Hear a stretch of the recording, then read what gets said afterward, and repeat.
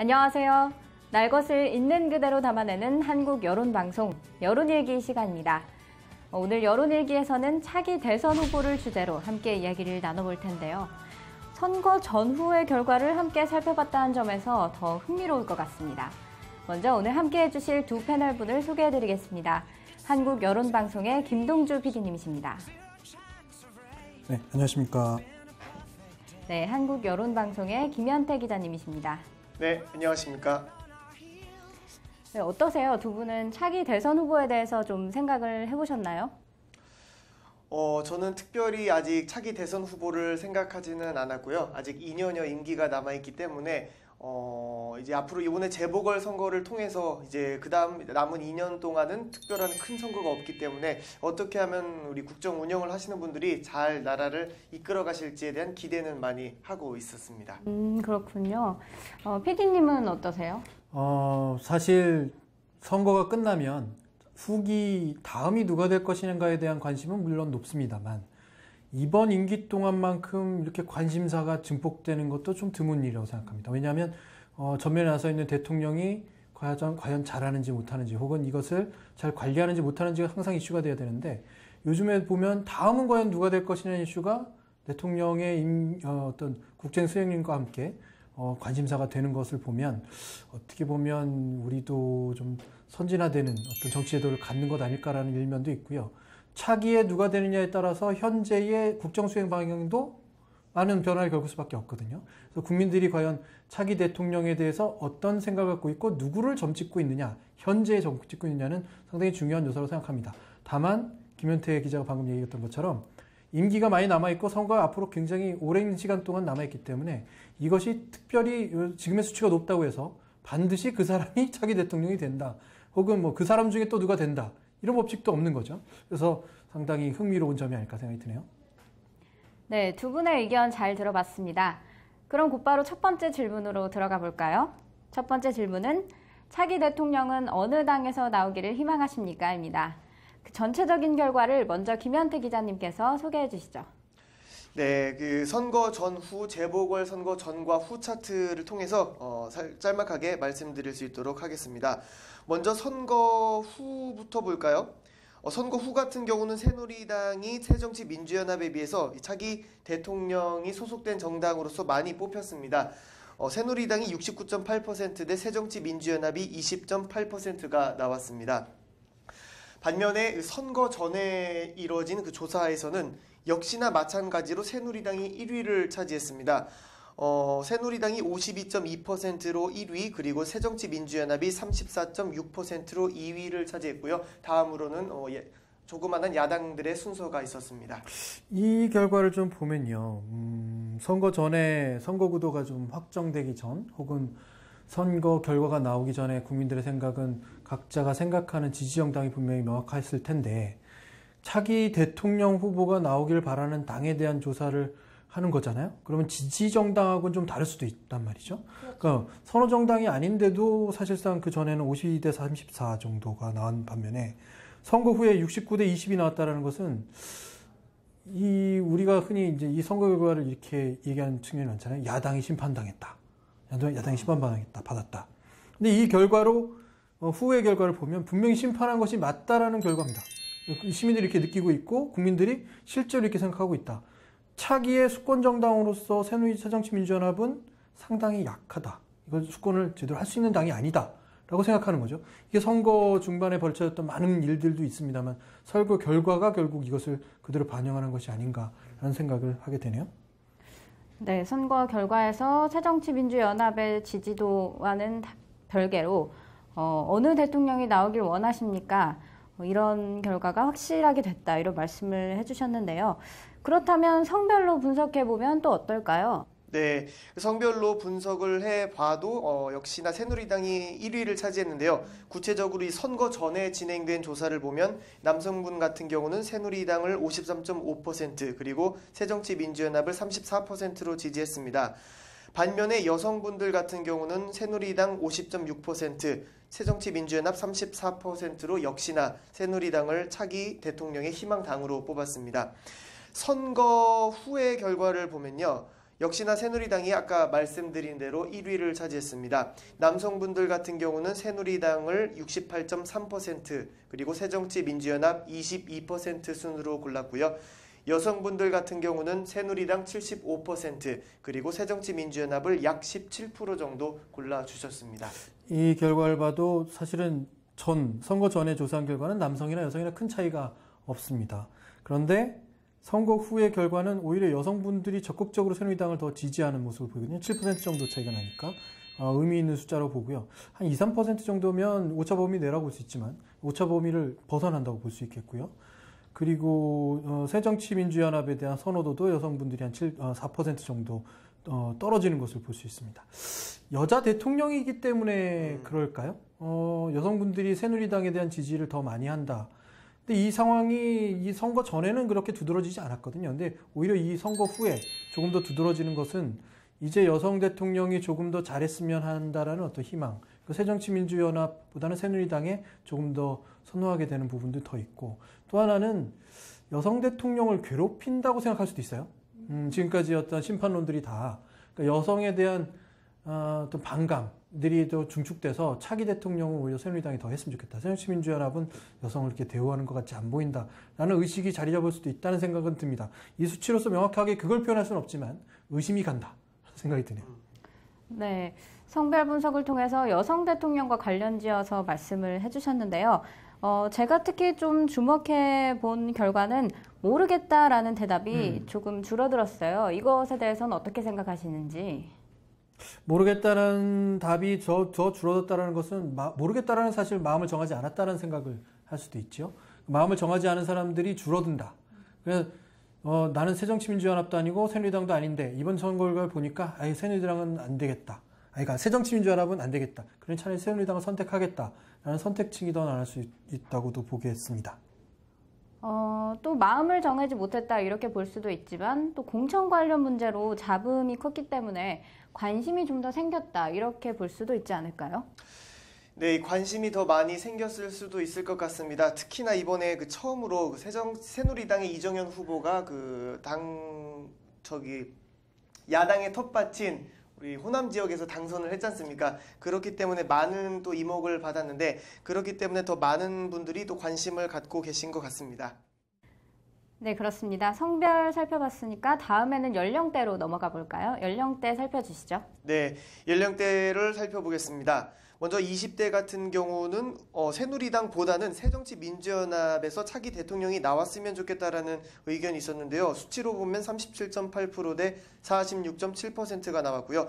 30대 같은 경우는 반대로 새누리당에서 더 차기 대통령이 나왔으면 좋겠다. 52.5% 대 38.8%.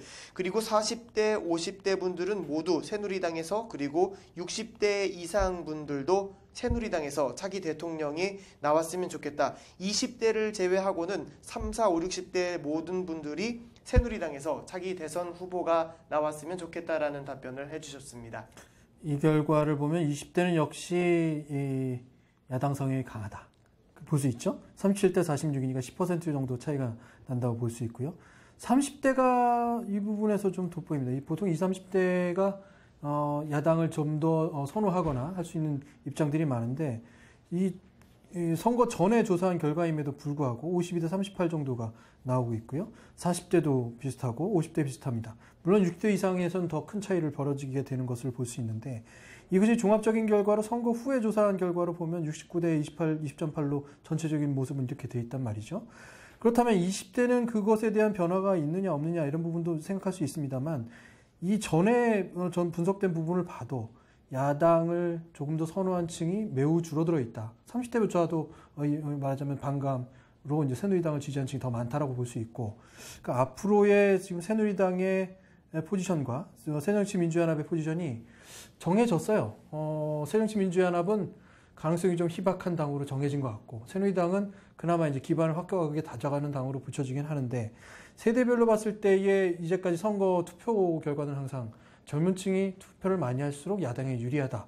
이런 분석들이 많았지만, 우리가 전에 조사한 결과만 봐도 이것이 상당히 줄어들고 있다. 그리고 이것이 이제 세대별로의 투표보다는 이슈별 혹은 이 사안별의 투표 성향이 훨씬 더 강해지므로 정당이 어떻게 대응해야 되는가도 이제 나오는 것 같습니다. 이제는 세대 가르기 별로 효력이 없을 것 같아요. 네, 아까 현태 기자님이 말씀하신 것처럼 역시 이정현 후보가 새누리당의 텃밭인 곳에서 당선이 된 것처럼 역시 지역의 분별도 사라져가고 또 젊은 층과 노년층 간의 분별도 많이 사라져가는 것 같습니다. 현태 기자님은 어떠세요? 연령을 보고 어떤 생각을 하셨나요?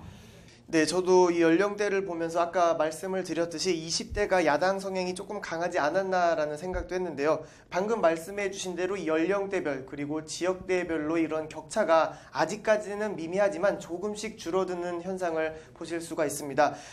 특히나 저는 개인적으로 이 SNS의 영향력이 좀 크기 때문에 그것으로 인해서 젊은 층들이 정치 관련, 사실 예전 같은 경우는 정치 20대와는 거리가 멀다라고 생각을 해주시는 분들이 많았는데, 특히나 이번에 SNS를 통해서 당선이 됐다, 후보는 그런 이력과 이런 소식들이 들리는 것을 보면 앞으로도 이런 차이가 조금씩 더 줄어들지 않을까라는 생각을 해봅니다. 네, 이런 인터넷이나 SNS를 기반으로 해서 20대, 30대가 정치에 대해서 관심을 더 많이 갖게 되는 것은 좋은 현상인 것 같습니다. 다음으로 거주지별로 달라지는 분석 또 한번 볼까요? 네, 거주지별로도 분석을 해보겠습니다. 서울 지역 같은 경우는 새누리당이 새정치민주연합보다 차기 대통령 희망당으로서 선호도가 더 높았고요. 인천, 경기는 약간의 차이는 있지만 새정치민주연합 쪽이 더 강한 선호를 받고 있습니다. 반면에 대전, 충북, 그리고 충남, 세종 지역은 새누리당이 압도적으로 더 많은 지지를 받고 있고요. 광주, 전북, 전남 같은 경우는 새정치민주연합 쪽으로 선호도가 같습니다. 대구, 경북은 압도적으로 역시 충청도권과 비슷하게 새누리당 쪽이 많은 지지를 받았고, 부산, 울산, 경북도 역시나 새누리당 쪽에 대한 지지도가 높았습니다. 이것은 이제 선거 전에 조사한 결과잖아요. 선거 전에는 아무래도 안철수 전 당대표죠. 새누리당, 새정치민주연합의 전 당대표의 영향력이라든지 정치 이념이라든지 이런 것들이 상당히 많은 사람들한테 영향을 끼치고 있었고, 그것이 호감에 대한 정도가 좀 있었단 말이죠. 그런데 그럼에도 불구하고 대전, 충북, 충남 지역은 이제까지 계속해서 저희가 조사한 전국민 정치 여론조사에서 강한 여당 성향을 보이고 있는 지역이고요. 이제까지는 이 지역은 항상 캐스팅 보트 역할을 해서 어떤 사안별로 어떤 일이 있으냐에 따라서 국민의 정서를 대변했던 곳이긴 한데, 이제는 아예 여당 성향으로 굳어지는 그런 지역으로 좀 보이고 있습니다. 대구, 경북 물론 높은 지역이고, 부산, 울산도 물론 새누리당의 텃밭이라고 볼 수 있겠죠. 광주, 전북, 전남 지역이 32대 46.4인데 사실 선거 이전에는 이런 지지를 받았을지 모르겠어요. 근데 선거 이후에는 상당히 많이 변화했을 겁니다. 순천에서 일도 있고, 이것이 어떻게 변화했는지에 대한 궁금증이 있지만 전체적인 모습으로 아까 말씀드렸다시피 이 표가 거의 다 새누리당 쪽으로 지금 옮겨가고 있다라고 볼 수도 있는 거고요. 인천, 경기 지역이 이번 선거 결과로 본다면 조금 의외이긴 하죠. 약간 높긴 한데 인천 지역에서 박빙이긴 했지만 전 지역이 다 새누리당 선택하기도 했습니다. 서울 지역은 물론 이제 선거구 하나였으니까 그 지역의 어떤 이슈로 따진다면 이 전체의 분량을 좀 얘기하기는 어렵겠지만 그래도 새누리당이 좀 높은 편이고, 이 얘기는 뭐냐면 지금 저희가 조사한 게 선거와 관련돼서 누가 이길 거냐 조사한 건 아니거든요. 그러니까 차기 대통령이 과연 어느 정당에서 나왔으면 좋겠냐. 그건 결국 안철수 혹은 그 나머지 혹은 다른 후보들에 대한 선호도일 수 있어요. 그리고 새누리당의 후보에 대한 선호도. 근데 이 시기에는 역시 김무성 후보가 이제 대선 차기 대선 후보라고 지칭을 하죠. 지금 새누리당의 당대표인 김무성 대표가 전면에 등장하기는 약간 좀 시간이 좀 부족했던 시간이고, 이제는 완전히 등장했기 때문에 구도가 완전히 정해진 상황으로 좀 볼 수도 있습니다. 그래서 이 시기에는 역시 안철수에 대한 선호도가 이 차기 대통령 후보에 대한 선호도를 많이 좌지우지하고 있다. 그럼에도 불구하고 안철수 전 당대표의 어떤 지지가 확고하지 못했다. 그리고 새정치민주연합 자체가 그것을 뒷받침하지 못했다라는 결과로 좀 정확히 볼 수 있겠습니다. 한 가지만 더 여기 덧붙이는 데이터는 이제 말씀하신 이런 걸 것 같은데, 지지 정당을 먼저 여쭤봤어요, 저희가. 어느 정당을 지지하십니까? 여쭤보고 차기 대통령이 나왔으면 좋겠다고 생각하는 당을 여쭤봤어요. 동일해야 되거든요, 사실. 내가 지지하는 정당에서 대통령 후보가 나오길 바라는 그런 마음이 어떻게 보면 거의 100%야 돼야 되는데, 여기 드러난 수치를 보면 새누리당을 지지했던 사람들 가운데 85.8%가 새누리당에서 나왔으면 좋겠다. 그런데 6.6%가 5%가 넘죠. 6.6%에 달하는 사람들이 새정치민주연합에서 대통령이 나왔으면 좋겠다고 얘기하고 있어요. 또 하나, 새정치민주연합은 4.6%가 새정치민주연합을 지지하는 사람들 가운데서 새누리당에서 대통령이 나왔으면 좋겠다라고 생각하는 4.6%예요. 물론 81.4%가 새정치민주연합에서 나왔으면 좋겠다고 말을 하지만 어떻게 보면 스펙트럼을 펼쳐놓고 모두가 100% 이거 사실 거짓말이잖아요. 그럴 수 없잖아요. 근데 어떻게 보면 6.6%에 대한 조사 결과가 나와 있다는 건 이 조사가 조금 데이터가 많이 정확하다라고 볼 수도 있고 왜 그럴까를 좀 생각해 본다면 이런 부분이 있지 않을까요? 대통령보다는 내가 지지하는 정당이긴 하지만 이 지지하는 정당에 뭔가 불만이 있어요. 뭔가 좀 변화됐으면 좋겠다. 그것을 무엇을 표출하느냐? 대통령은 차라리 저 당에 했으면 좋겠다. 정신 차렸으면 좋겠다. 뭐 이런 것들에 대한 반론일 수도 있죠. 수치가 적긴 하지만 조금씩 나와 있다는 거. 이게 좀 의미가 있지 않을까 싶어요. 네, 말씀하신 것처럼 이번 재보궐선거의 결과도 지지하는 당은 분명하지만 새누리당이 압승했다 이런 점을 봤을 때 지지하는 당과 또 막상 투표를 하는 당은 좀 다를 수 있겠다 이런 생각도 듭니다. 네, 다음으로 두 번째 질문으로 넘어가 볼까요? 두 번째 질문은 새누리당 내에서 대권 후보를 뽑는다면 누구를 뽑으시겠습니까? 라는 질문이었습니다. 이 질문에 대해서 먼저 성별로 분석을 해주시죠. 네, 성별로 분석을 해보겠습니다. 먼저 남성분들 같은 경우는 김무성 후보를 새누리당 차기 대권 후보로 1위로 뽑았고요. 그 다음으로 김문수 후보를 21.2%, 그리고 그 다음 세 번째 후보로 정몽준 후보를 13%로 뽑았고 나머지 후보들이 이어졌습니다. 여성분들 같은 경우는 새누리당 차기 대선 후보로 역시나 김무성 후보를 29%로 꼽았고요. 그리고 김문수 후보를 19%, 역시 동일하게 정몽준 후보를 14.7%로 3위로 뽑아서 이 남성과 여성 구분 없이 김무성, 김문수 그리고 정몽준 이렇게 1, 2, 3위의 후보를 골라주셨습니다. 방금 말씀하신 이 세 후보 1, 2, 3위일 수 있죠. 1, 2, 3위를 선택하는 남녀의 비율이 거의 비슷합니다. 그렇다면 동일한 이미지를 받고 있다. 남성, 여성에게 라고 할 수 있는데 조금씩 차이 나는 부분을 보죠. 남경필 후보 같은 경우 물론 이제 3위 후보인권 바뀌긴 합니다만 여성분들에게 조금 더 지지를 받고 있어요. 남경필 후보의 그 부드러운 이미지 뭐 이런 것들이 표현되지 않을까 싶은 생각이 들고 원희룡 후보는 남성에게 오히려 조금 더 많은 지지를 받고 있고 오세훈 후보도 남성에게 지지를 받고 있습니다. 오세훈 후보 같은 경우에는 지난번 선거에서 보여줬던 모습이 여성분들한테는 조금 좋지 않은 게 아직도 남아있지 않을까 싶은 생각이 드는데 홍준표 후보 같은 경우는 거의 비슷하고요. 남성 여성에게 큰 차이가 없다라는 것은 후보가 갖는 특성이 남녀에게 어필하는 부분이 동일하다라고 볼 수는 있습니다. 그중에서 김무성 후보, 김무성 당대표, 새누리당 당대표는 급격하게 지지세가 확장되는 모습을 지금 볼 수 있고 전체적인 모습은 좀 나중에 보겠습니다만 그것이 등장하자마자 1위를 하게 되는 모습을 볼 수 있겠죠. 현대 기자님은 어떻게 보시나요? 성별로 달라지는 이 분석. 네, 저는 개인적으로 김무성 후보가 1위를 한 부분에 있어서 이런 생각을 했는데요. 이미지 자체가 약간 제가 느낄 때는 듬직하다는 느낌을 받았습니다. 재보궐선거 후보들을 유세 활동을 이렇게 지원을 할 때 새정치민주연합 같은 경우는 이제 악수하는 모습을 보면 두 손으로 서민들을 이렇게 악수를 하는 반면에 김무성 후보 같은 경우는 한 손으로 악수를 하더라고요. 개인적으로 느낄 때는 뭐 어떻게 보면 안 좋게 볼 수도 있지만 오히려 뭔가 자신감 있어 보이고 믿음직하다라고 저는 느꼈거든요. 그래서 김무성 후보가 1위로 뽑힌 부분이 조금 색다르게 느껴졌습니다. 네, 현재 새누리당의 당대표인 김무성 후보가 좀 더 카리스마 있고 자신감 있는 모습을 보였기 때문에 어느 정도 지지도에 기반한 것 같다 이런 말씀을 해주셨습니다. 다음으로 거주지별로 달라지는 분석 또 한번 살펴볼까요? 네, 거주지별로도 짧게 살펴보겠습니다. 서울 지역입니다. 김무성 후보 1위 그리고 김문수, 정몽준 후보가 각각 2, 3위를 차지했고요. 인천, 경기 같은 경우는 김문수, 김무성 후보가 공동 1위를 차지했습니다. 23.4%의 비율로 이 공동 1, 2위를 차지했고요. 그리고 정몽준 후보가 16.8%로 그 뒤를 이었습니다.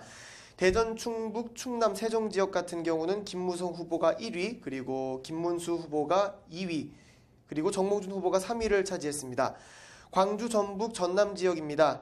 김무성 그리고 김문수 후보가 1, 2위를 차지했고요. 그리고 남경필, 정몽준 후보가 4위군요. 원희룡 후보가 3위를 차지했습니다. 대구 경북 지역은 김무성 1위, 김문수 2위가 아닌 정몽준 후보가 2위, 그리고 김문수 후보가 3위를 차지했습니다. 부산 지역입니다. 김무성 후보 1위, 김문수 후보가 2위를 차지했고요. 3위는 남경필 후보가 차지했습니다. 20%가 좀 넘는 수치들만 좀 봤으면 좋겠습니다. 그러면 이 모양새가 좀 나올 것 같은데, 물론 전반적으로 많은 지지를 받고 있는 것은 김무성 후보입니다. 그럼에도 불구하고 서울 지역과 경기 지역에서의 득표율이 조금 낮습니다. 그렇죠? 그리고 광주, 전북, 전남에서도 20% 이상을 가져가고 있어요. 그러니까 김무성 새누리당 당대표가 가지고 있는 이런 어떻게 이미지 혹은 그동안의 어떤 보여준 행보, 그것들이 그렇게 약하지 않다. 상대당에서도 위협적으로 느껴질 수 있다는 것이 여기서 드러나는 것 같고요. 그다음에 부산, 울산, 경남 지역에서 조금 약하다. 사실 지난번에 김무성 당대표가 지난 대선에서 NLL 사건을 터뜨리면서 아주 적극적으로 유세했던 지역이 부산이거든요. 부산에서 과연 어떤 이미지를 받았느냐, 이것이 아직도 남아있느냐 아니냐, 뭐 이런 것들을 예측하게 하는 수치가 약 26.9%고요. 김문수 후보 같은 경우에는 서울에서 20%가 안 돼요. 그렇다고 해서 경기도지사를 했는데 경기도에서 확연히 높은 수치를 받지도 못했습니다. 그러나 대전에서는 역시 20%, 나머지 지역에서는 10%를 유지하다가 오히려 부산, 울산 지역에서 20%가 좀 넘거든요. 이렇게 보시면 좋겠고, 다음으로는 정몽준 후보 같은 경우는 20%가 거의 안 됩니다. 그러나 대구, 경북 지역에서만 20%를, 그래서 2위를 탈환하고 있거든요. 어느 지역에 따라서 어느 후보를 선택하고 있느냐도 상당히 중요한 부분 같은데, 조금씩의 편차를 논하면서 보니까 김문수 후보가 경기도지사를 했던 어떤 영향력이 이번 선거를 치르면서 혹은 선거를 지나기 전까지 많은 시간이 지나면서 어떻게 보면 조금 약화되거나 탈색되는 것이 아니냐. 그것도 정치 전반의 어떤 모습들을 통해서 어떤 자기가 가졌던 확고한 어드밴티지를 좀 잃어가는 것 아니냐라는 분석이 지금부터 시작될 수 있을 것 같아요. 확고하지는 않습니다. 이제 정확한 분석은 아닐 수 있는데 그런 모습이 비춰지고 있다라고 볼 수 있겠고요. 김무성 후보 같은 경우에는 역시 컨벤션 효과를 제대로 맛보고 있다. 당대표가 되고 그 이후에 많은 것들을 진행하는 데 있어서 힘을 제대로 받고 있다라는 분석이 가능하겠습니다. 네, 지역별로 지지하는 후보들이 조금씩 달라지는 양상을 보니까 정말 흥미로운데요. 김무성 당대표가 역시 그 야당의 텃밭인 광주와 전북, 전남에서도 지지세를 보이고 있다는 점 역시 흥미롭습니다. 현태 기자님은 어떠세요? 거주지별로 살펴봤을 때 좀 흥미로운 그런 결과가 있었나요? 네, 방금 말씀해 주신 대로 광주, 전북, 전남 쪽에서도 김무성 후보가 1위를 차지했는데요. 사실 그 당대표 전당대회가 있기 전에 김무성 후보는 서청원 후보에 비해서 비박계다라는 이미지로 또 나왔습니다. 따라서 이 비박계가 당대표가 되면서 그러한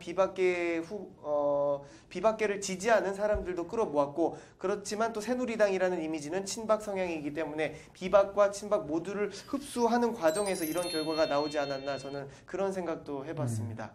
사실 김무성 후보는 그 평가가 오명합니다.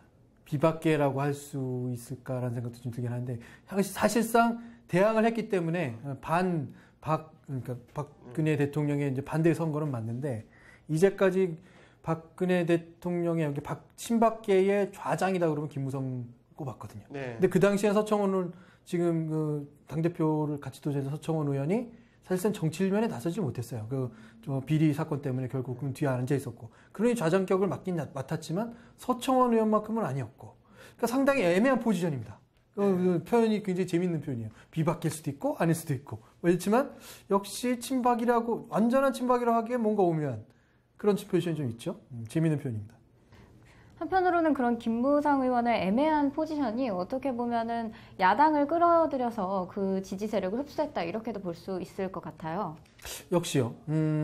반대했기 때문에 좀 더 돋보인다라고 할 수도 있고요. 그 반대하는 입장에서도 보면 그 전에 어떤 사건 사고가 없는 상황에서 반대를 하면은 여당의 어떤 집중적인 포화를 막기 쉽죠. 그래서 쉽게 그런 포지션을 또 갖기도 힘들어요.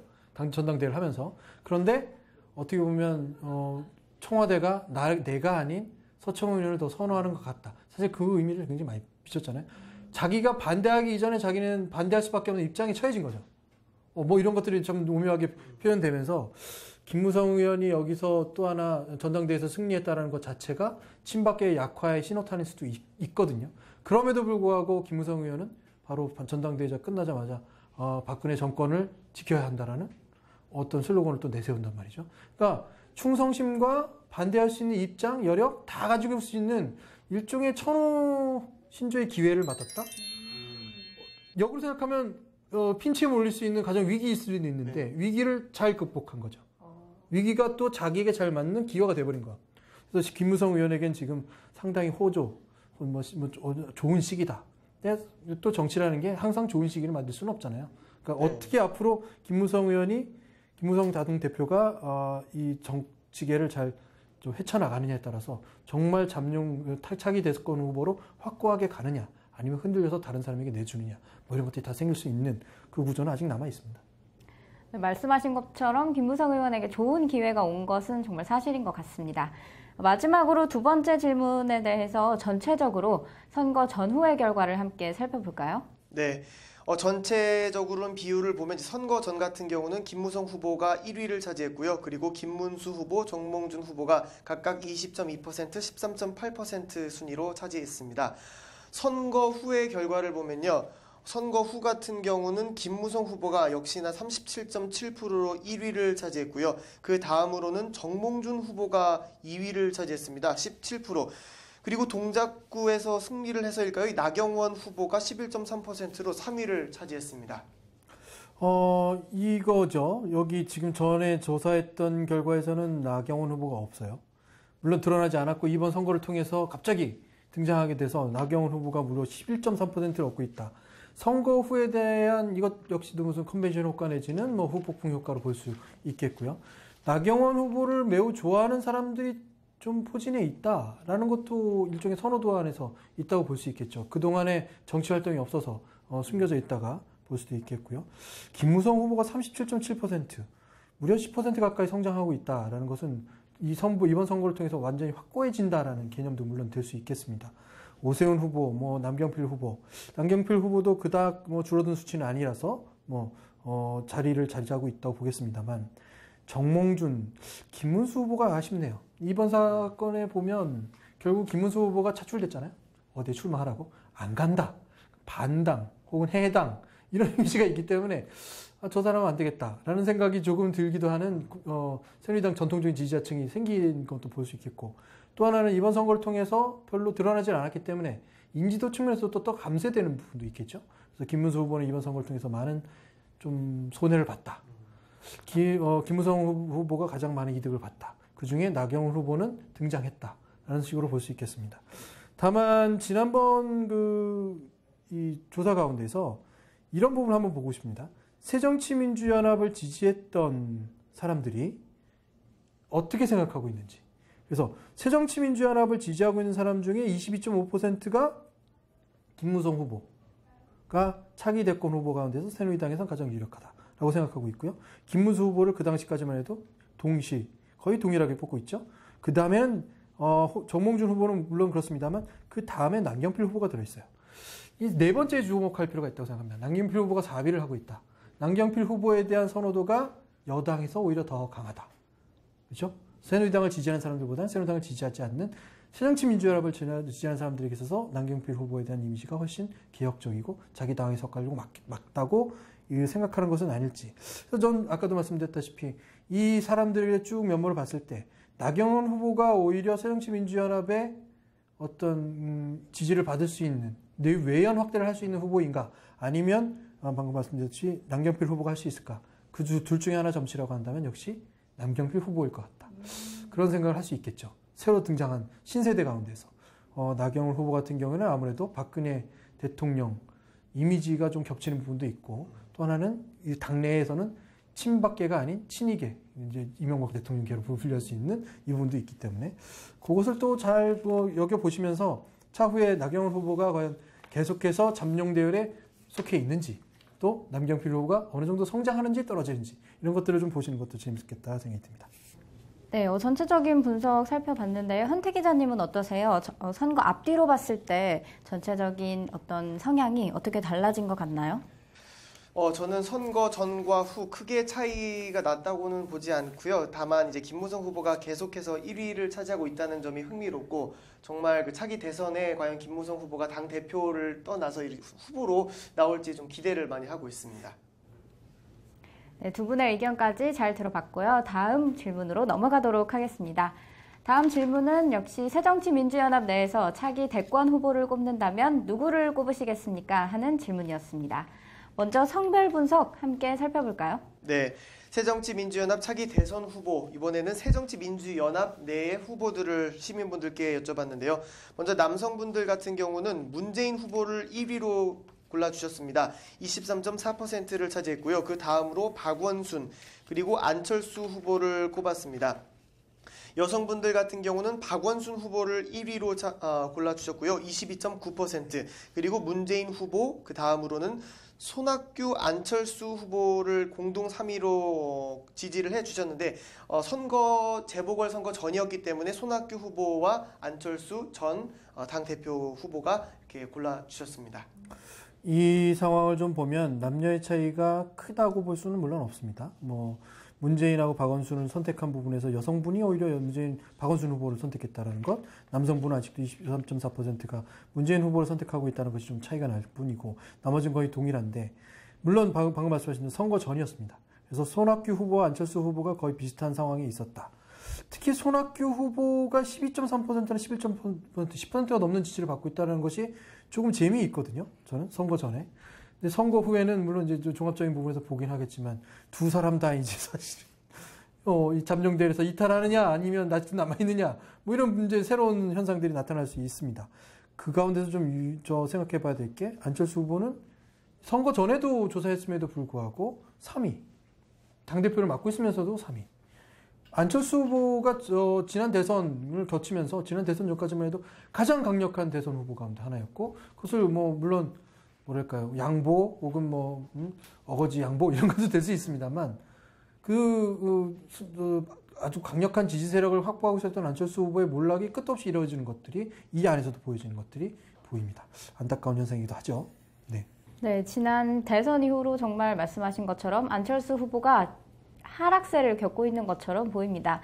현태 기자님은 어떠세요? 성별로 살펴봤을 때 좀 인상적인 부분이 있었나요?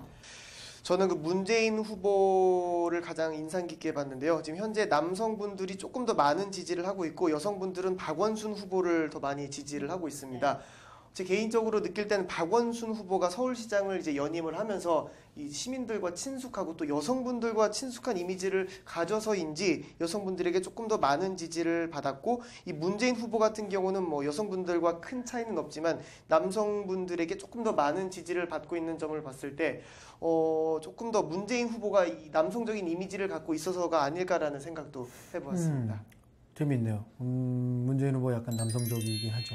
근데 어떤 괄괄한 남성적인 이미지보다는 굉장히 진중하고 젠틀하고 한 이미지가 있으면서도 좀 표독스러운 면이 없지 않아 있는 그런 이미지고, 박원순 후보 같은 경우에는 그 말씀 좀 재밌습니다. 여성적인 세심함, 꼼꼼함, 친숙함 다 가지고 있죠. 이분이 어떤 카리스마를 내보인 적이 별로 없긴 없어요. 상당히 두 후보가 어떤 캐릭터 면에서는 좀 반대의 캐릭터를 가지고 있는 듯한 느낌도 드네요. 네, 반대의 캐릭터긴 하지만 두 분 다 확실한 캐릭터를 가지고 있다는 점에서 여성들의 좀 마음을 얻지 않았나 이런 생각도 해볼 수 있을 것 같습니다. 네, 마지막으로 이 질문에서도 전체적인 분석, 선거 전과 후의 결과를 또 함께 살펴볼까요? 네, 선거 전과 후 전체 차트를 분석해 보겠습니다. 문재인 후보가 1위를 차지했고요. 그리고 박원순 후보, 그리고 세 번째는 안철수 후보가 근소하게 손학규 후보를 이기고 3위를 차지했습니다. 730 재보궐선거 전의 차트가 이렇게 나왔고요. 재보궐선거 후의 결과입니다. 박원순 후보와 문재인 후보가 동률로 공동 1위를 차지했습니다. 그리고 그 다음 후보를 안철수 후보와 정동영 후보로 공동 2위를 지지해 주셨고요. 그리고 안희정 후보를 3위로 지지해 주셨습니다. 이 결과를 보면 안철수 후보의 대몰락을 말씀드릴 수밖에 없겠습니다. 5.7%로 내려앉았기 때문에 10% 미만으로 떨어지면 사실은 잠룡으로서의 가치는 없다고 볼 수도 있어요. 그래도 10%는 나와야 차기 후보로서 얘기 거론할 가치가 있지 않겠습니까? 그것도 지금은 야권에서 전체적인 부분이기도 아니고 야권에서 5.7% 떨어지는 거니까요. 박원순 후보와 문재인 후보가 1위로 같은 동률로 1위를 이루고 있다. 반사이익을 그만큼 얻고 있다고 볼 수 있겠고요. 박원순 후보의 캐릭터, 문재인 후보의 캐릭터, 아까 말씀하신 대로 좀 대비되긴 하지만 역시 야당이 선호하는 캐릭터를 동시에 갖고 있다라고 볼 수 있겠고요. 여기에 말씀드리자면 손학규 후보가 이제 사라지는 거죠. 정계 은퇴까지 선언을 했기 때문에. 손학규 후보 같은 경우에는 정말 한 번도 대선에 제대로 도전해 본 적이 없어요. 네. 그리고 정확한 판단을 받아본 적도 없고, 그러나 항상 대선 후보군에 껴 있었고, 그래서 지금의 이 말하자면 정계 은퇴가 정말 은퇴일 것이냐, 아니면 되돌아올 수 있을 것이냐, 뭐 이런 건 수만 가지의 의문을 낳을 수밖에 없습니다. 그러나 마지막에 강렬한 인상을 주며 퇴장한 부분도 정말 노련한 정치인다웠다라고 볼 수 있겠고요. 이 부분을 한번 보죠. 결국 안철수 후보는 이 대선 후보로서의 가치가 계속해서 말하자면 이루어지는 자기 행동에 대한 것들이 국민이 원하는 부분에 대해서 정반대로 간 결과라고 봐요. 계속해서 표를 깎아먹은 결과. 특히 이번 선거를 통해서도 자기의 세력이 가장 중요하다는 판단을 하고서 새정치민주연합으로 세력 확장을 통해서 이제 정말 정치인다운 행보를 하겠다고 생각하면서 들어갔을 것 같은데, 결과적으로 공천을 자기 마음대로 하지 못했어요. 그리고 공천이 잘못된 결과는 자기가 다 떠났어요. 참 어불성설이죠. 근데 여기에 아까 말씀드린 김무성 새누리당 당대표 같은 경우에는 자기 공천하지 않았어요. 전에 공천이 이루어졌어요. 그런데 반사이익을 자기가 다 안았어요.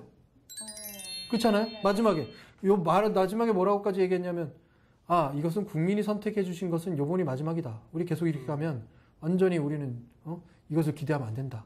그러니까 굉장히 아주 좀 뭐랄까요, 교묘한 말이죠. 내가 공천하지 않았으니 이것이 선택이 잘못됐죠. 선택해 주신 건 고맙지만 이 선택이 다음번에도 그 선택이 같이 이루어지지는 않는다. 그러니 내가 하자로 해야 된다라는 거예요. 굉장히 교묘한 말이란 말이죠. 근데 그런 정도의 정치적인 발언을 쉽게 할 수 있을 정도로 성장해버렸다는 거죠. 근데 안철수 새정치민주연합의 전 당대표는 완전히 몰락몰락 그냥 완전히 침몰해버리는 그 순간으로 가고 있습니다.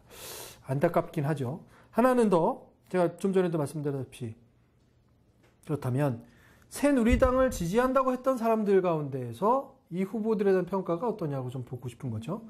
새누리당을 지지한다고 말씀하셨던 가운데서 새정치민주연합의 차기 대권 후보로 꼽은 사람이 문재인이 가장 높습니다. 22.5%고요. 박원순이 17.6%, 그다음에 손학규가 13.5%, 안철수가 9.7%예요.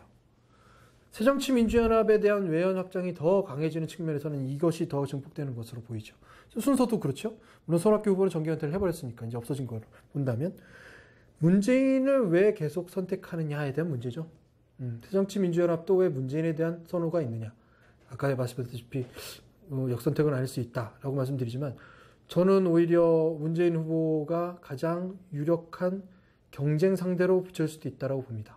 왜냐하면 손학규 없어졌죠. 그리고 박원순 후보는 지금 서울시장이라서 전면에 나설 수 없는 부분도 있어요. 물론 자기 이미지만 관리하면 유리하긴 하지만, 그 중에 라이벌이라고 할 수 있는 안철수 가라앉아버렸죠. 차기로서는 이제 문재인이다라고 하는 그 주협점이 생길 수 있는 중요한 순간이란 말이죠. 물론 새정치민주연합의 대의원이라든지 당원이라든지 이런 사람들이 어떤 선택을 하느냐도 물론 다른 얘기가 될 수 있지만, 그래서 문재인에 대한 견제심리 혹은 그것에 대한 지난 선거에 대한 미안한 어떤 동정심 뭐 이런 것들이 다 섞여 있지 않을까 하는 생각을 해봅니다.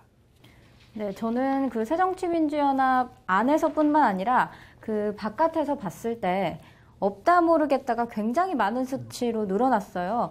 이것도 새정치민주연합에 대한 국민들의 무관심을 좀 보여주는 것이 아닐까 이렇게 생각을 해봤는데 어떠세요? 두 분 다? 없다 모르겠다. 모르겠다 중에는 너무 혼전이라 모르겠다도 있을 것 같고요. 없다라고 한다면 새정치민주연합의 인물들을 다 싫어한다는 경우인데 그럴 가능성은 좀 적지 않을까요? 왜냐하면 워낙 많은 사람들이 있고 워낙 예전부터 등장했기 때문에. 제 생각은 그렇습니다만, 오히려 새정치민주연합이 정말로 요즘에 보여주는 모습이 실망스러워서 싫다라는 표현으로 없다 모르겠다도 물론 있을 수 있겠습니다. 네, 현태 기자님은 어떠세요? 전체 결과를 봤을 때? 네, 저도 두 가지 정도로 생각을 해보았는데요. 정말로 관심이 없어서 없다 모르겠다라고 답변을 해주신 부분, 혹은 아까 김동주 PD님께서 말씀해 주신 대로 새정치민주연합에 대한 실망감이 이렇게 무관심으로 나타나지 않았나, 이 재보궐선거 결과에서도 그러한 것이 좀 맞물려서 나타나지 않았나라는 생각을 해봤습니다. 네, 그렇군요. 그럼 마지막 질문으로 넘어가 볼까요? 마지막 질문은 여당과 야당 또 다른 당을 모두 통틀어서 차기 대권 후보로 꼽을 사람은 누가 있을지 국민들께 여쭤봤습니다. 먼저 성별 분석 또 한번 살펴봐 주시죠. 네, 성별 분석 진행하겠습니다. 남성분들 같은 경우는 문재인 후보가 1위를 차지했고요. 김무성 후보가 2위, 그리고 3위를 박원순 후보가 차지했습니다. 여성분들 같은 경우는 반면에 김무성 후보가 1위로 뽑혔고요. 그 다음이 문재인, 박원순이 공동 2위, 그리고 안철수 후보가 3위로 지지를 받았습니다.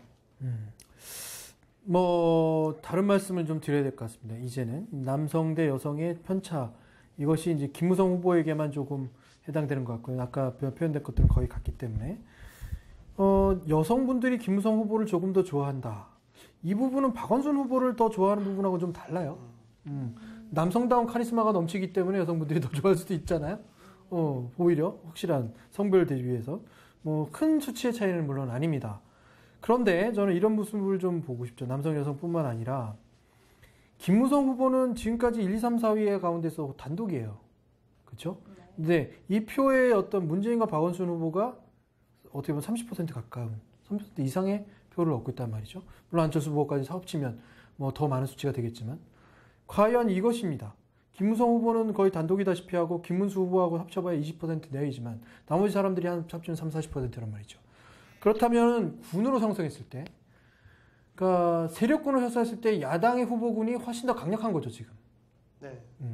후보군이 강력하다는 것은 그만큼 정치적으로 주도해 나갈 수 있는 모멘텀이 훨씬 강하다고 볼 수도 있는 거죠. 그죠? 세력 확장을 더 할 수 있고, 새정치민주연합이 훨씬 유리할 수도 있는 겁니다. 당 선호도는 좀 떨어진다. 그럼 당이 전체적인 이미지는 떨어지지만 선거 후보에서의 말하자면 차기 대권 후보가 강하다는 것은 미래지향적이잖아요. 주식 투자에 있어서는 주식 투자가 한 6개월 후에 어떤 경제 상황을 대변하는 것처럼. 그러니까 미래 가치에서는 굉장히 좋은 평가를 받고 있음에도 현재 가치가 너무 떨어지는 거예요. 새정치민주연합은. 그렇죠? 이것이 미래 가치로서 발현될 수 있는 변화 과정만 있다면 시너지가 날 수 있다는 거죠. 그런데 지금은 김무성 후보가 매우 좋은 어떤 상승세력 국정을 그리고 있지만 전체적인 그림을 봤을 때는 아직도 여당 후보들에게는 집중되는 면이 좀 덜하다라고 볼 수 있죠. 거기에 안철수 후보가 이 지지세를 확보하고 있으면서 뭔가 조금 더 남아 있었으면 좋겠다. 근데 이것이 완전히 퇴장하고 나면은 2대2가 돼버리잖아요. 그러면 이제 또 미래의 형상이 또 바뀌는 거죠.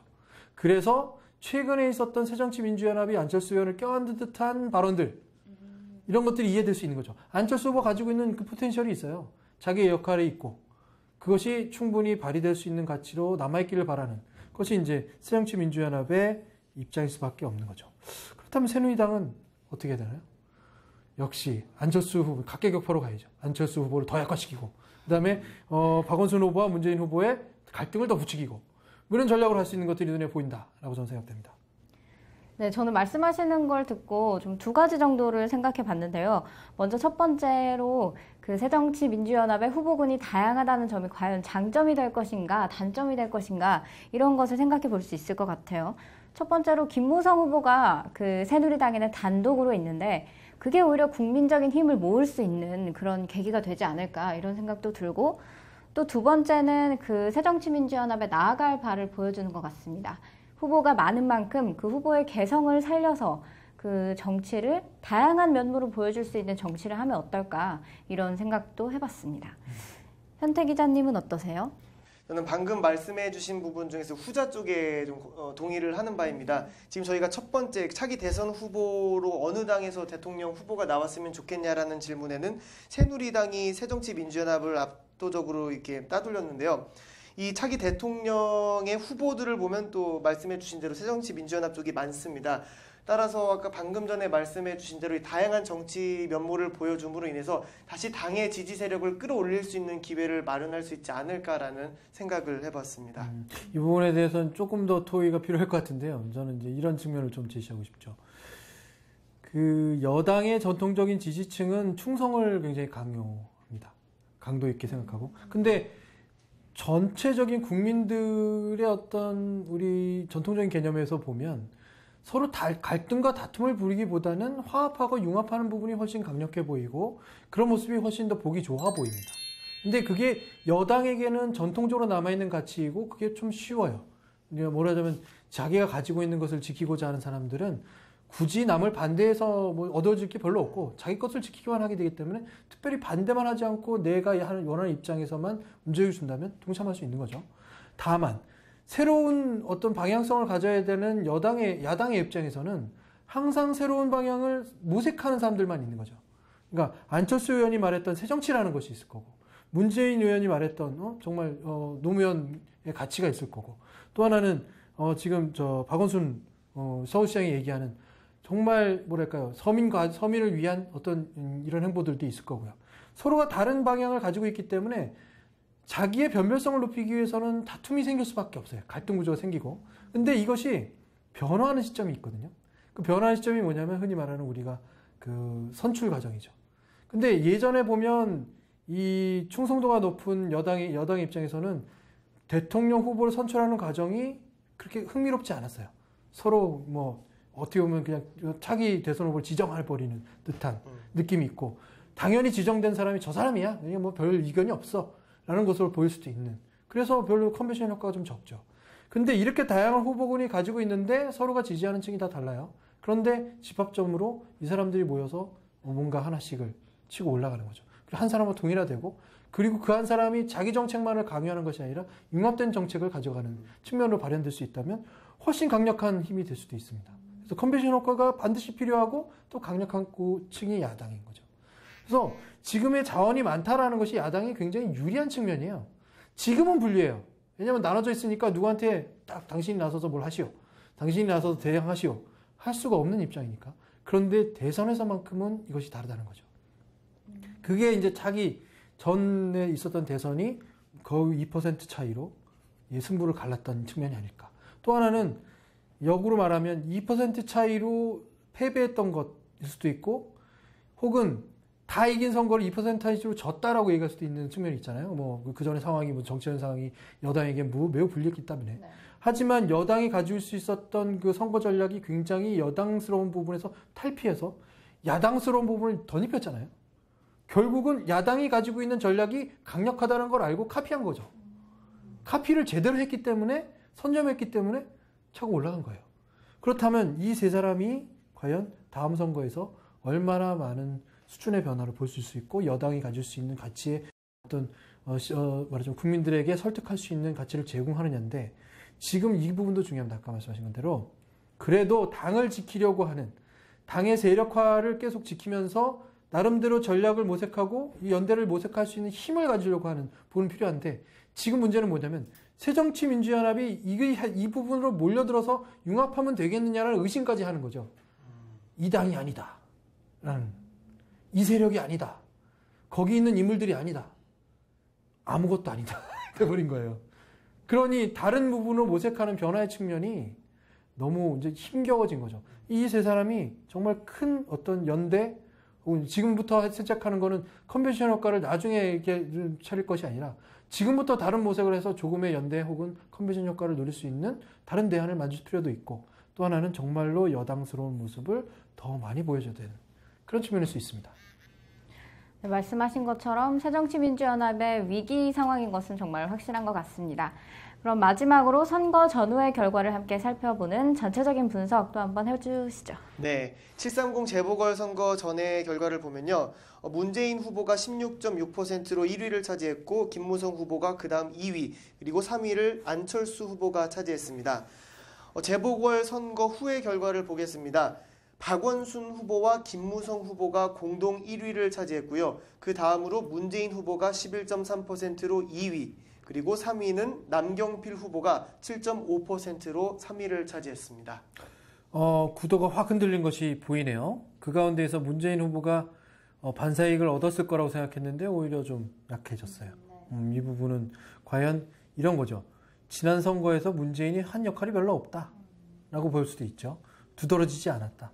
나름대로 선대위원장 맡아서 뭐 또 다른 역할을 했긴 했습니다만 의도적인 부분도 있을 수 있어요. 문재인 후보가 가장 어떻게 보면 여당 내에서 안철수 후보의 가장 그 큰 정적이지 않겠습니까? 라이벌이기도 하지만 적일 수도 있잖아요. 당 내에서는. 그래서 문재인 후보에게 큰 역할을 맡기지 않는 측면이 많아요. 어떤 역할을 기대하지도 않고. 그러니 두드러질 기회가 별로 없고. 그런데 이 부분에서 안철수 후보가 같이 내려앉는다. 이것이 조금 좀 돋보이는 부분이고요. 김무성 후보가 확 돋보이면서 거의 1위를 거의 탈환하고 있다. 김무성 후보로 완전히 단일화되는 느낌이다. 그리고 김문수 후보보다는 남경필에 대한 선호도가 높아지고 있다. 이런 것들이 더. 역시 김문수 후보도 선거에서 도드라진 부분이 없는 거죠. 남경필 후보는 물론 도드라지진 않았지만 나름대로 지난 6.4 지방선거에서 보여줬던 부분이 있는 거고.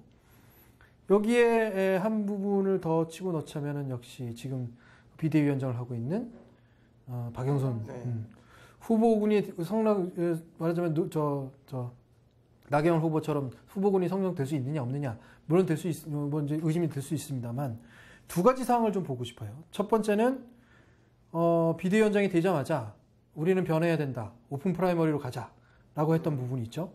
굉장히 이제 선명한 야당을 얘기했습니다. 두 번째는 세월호 특별법에서 있어서 양보해 버렸어요. 여당에게. 좀 가늠하기 힘든 상황이 되어버렸습니다. 박영선 후보가 과연 어떻게 이것을 당을 관리할 것이냐. 어떻게 말하자면 지금 말하자면 진짜 주인이 없다고 할 수 있는 무주공산에서 제가 이런 말씀 좀 지난번에 드린 것 같은데 여당은 무주공산에서 누구든지 차기라고 생각하지 않고 이제 칠권을 가졌다고 하지는 않는 측면에서 대표자가 된 사람이 제일 강해요. 마음대로 할 수 있어요. 까짓 것이라고 할 수 있고. 그리고 거기에 대해서 크게 반대하지 않아요. 비대위이기 때문에. 왜냐하면 그것이 유리하면 취하고 불리하면 나름대로 전략적으로 이용하면 되는 측면에서 계속 유대감을 갖길 원하거든요. 왜냐하면 룰을 관리하기 때문에. 비대위원장은 자기가 될 게 아니라 룰을 관리하는 사람이에요. 그러니까 다음 차기 당대표를 선출하기 위한 룰을 어떻게 정하느냐에 따라서 자기의 유불리가 결정되거든요. 그래서 자기에게 불리한 룰이 제시될 때만 공격하면 돼요. 굳이 반감을 살 필요 없는 거죠. 그래서 박영선 후보 지금 비대위원장이 굉장히 강한 지도력을 발휘할 수 있어요. 오히려. 네. 이것이 정세균 후보 지난 당대표가 물러섰을 때도 비슷한 경과가 있는 거죠. 그때 박지원 당대표 되는 과정에서 원내대표에서 비대위원장 맡으면서 당대표가 됐잖아요. 그런 과정에서 발휘했던 야당의 강한 성격이 있어요. 그때는 굉장히 국민들한테 선호되고 그때 솔직히 말씀드리면 여당과 야당이 반전되는 모습을 분명히 보여줬거든요. 근데 박영선 후보가 과연 그것을 비대위원장이 할 수 있느냐. 두 가지 사건을 놓고 봤을 때 좀 아리까리하다라는 생각을 해보죠. 어떻게 보면 세월호 특별법에서 야당이 여당에게 조금 지지라기보다는 좀 합의를 해준 거는 발목 잡기라는 이미지를 보여주기 싫다라는 부분으로 생각될 수 있는데 그것이 어느 부분을 보여주고 있냐면 세월호의 유가족들에게는 굉장히 큰 반감을 사고 있거든요. 그러니까 지난번 대선을 통해서 선거를 통해서 지적됐던 정권 심판론으로 다 끝까지 갈 거냐 그게 유효하지 않다. 박영선 비대위원장의 세력이 그 부분을 그렇게 부담으로 안고 있지 않나. 근데 저는 두 가지 성격 중에 무엇을 취할까는 아직 결정하지 않았다고 볼 수 있겠지만 두 가지 모습 중에 어떻게 할 거라는 것으로 나머지 이제 포지션을 정했다라는 것은 생각할 수 있습니다. 굉장히 유연한 포지션을 정했다. 단 제가 생각하건대는 박영선 비대위원장이 차기 당권을 노리는 것이 아니라면 아까 얘기했던 1번은 꼭 지켜야 됩니다. 룰을 어떻게 정할 것인가? 국민이 어떤 룰을 원하는 것인가? 새정치민주연합이 당명을 바꾸건 안 바꾸건 새정치민주연합이라는 세력으로 남아주기 위해서는 어떤 절차로 당대표를 선출하는가는 굉장히 중요한 논점이 됩니다. 그리고 지금의 이미지를 어떻게 관리하는가도 굉장히 중요한데 두 번째 이미지도 상당히 의미는 있습니다. 다만 그러면서도 박원순 후보처럼 서민들의 입장을 어떻게 껴왔느냐. 당내의 원내의 대표라는 것이 상당히 좀 그런 입장이에요. 원내대표로 살 수 있는 것은 협의해야 돼요. 타협의 이미지를 가지고 있어야 돼요. 무조건 반대했다가는 이건 말하자면 고립되는 위치예요. 당 내에서조차 비판받아요. 하는 일이 없다라고 들 수 있거든요. 자기 고집이다라고 볼 수도 있어요. 그러니까 국회 내에서는 분명히 타협점이 필요합니다. 그것을 타협을 한 것은 맞아요. 그 다음 행보가 중요합니다. 그렇다면 유가족을 어떻게 설득하고 어떻게 위로하고 그리고 어떤 대안을 내놓느냐. 세 번째의 이제 모습이 보여져야 되는데 그것이 박영선 대표 혹은 박영선 대표를 지지하는 층에서 어떤 모습을 비춰질 것이가 이제 오늘 내일 중으로 나올 수 있어요. 아마 다음 주 중으로 나올 수 있어요. 이것을 지켜봐야 된다. 저는 네. 박영선 대표의 다음 행보가 무엇이냐에 따라서 어떤 포지션이 결정된다라고 볼 수 있겠습니다. 여기까지 말씀드리면 제가 너무 뭐 예단과 예측을 너무 심하게 한 것 같아서 저도 사실 부담스럽거든요. 하지만 제 나름대로 논리는 그랬다. 여기 이해해 주시면 좋겠네요. 마지막으로 현태 기자님 생각은 어떠신지 또 궁금합니다. 네, 저는 그 마지막 그 730 재보궐선거 후의 차트를 보면 박원순 후보와 김무성 후보가 지금 공동 1위를 차지했습니다. 따라서 지금 여야 동등하게 비율을 나타냈는데 사실 아리까리하다라고 저는 생각을 했습니다. 이 730 재보궐선거 전의 차트를 보면 차기 대선 후보는 새누리당에서 나왔으면 좋겠는데 또 대통령 후보로는 야당 출신을 뽑고 있고 또 730 재보궐선거 후의 차트를 보면 또 여당과 야당이 비슷해진 걸 보면 야당이 730 재보궐선거 후에 조금 더 미움을 사고 있지 않나 혹은 지지 세력이 약화됐기 때문에 이런 결과가 나오지 않았나라는 생각을 해봤습니다. 네, 그렇군요. 오늘도 국민들의 소중한 의견 잘 들어봤습니다. 앞으로 남은 대통령의 임기가 3년 이상 되지만 그럼에도 불구하고 선거 전후의 결과를 살펴봤다는 점에서 오늘 여론일기도 정말 특별한 시간이었던 것 같습니다. 날 것을 있는 그대로 담아내는 한국 여론방송 여론일기. 오늘은 여기까지입니다. 시청해주신 여러분 고맙습니다.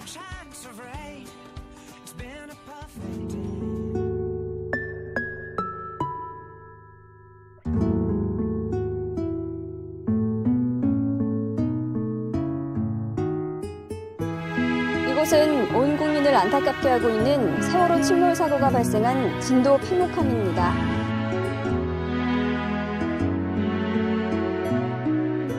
그대를 바라보면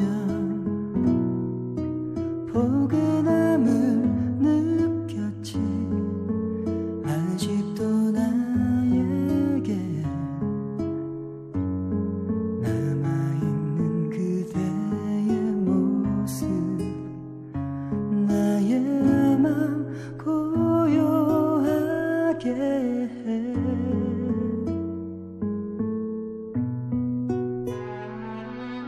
지나간 기억 속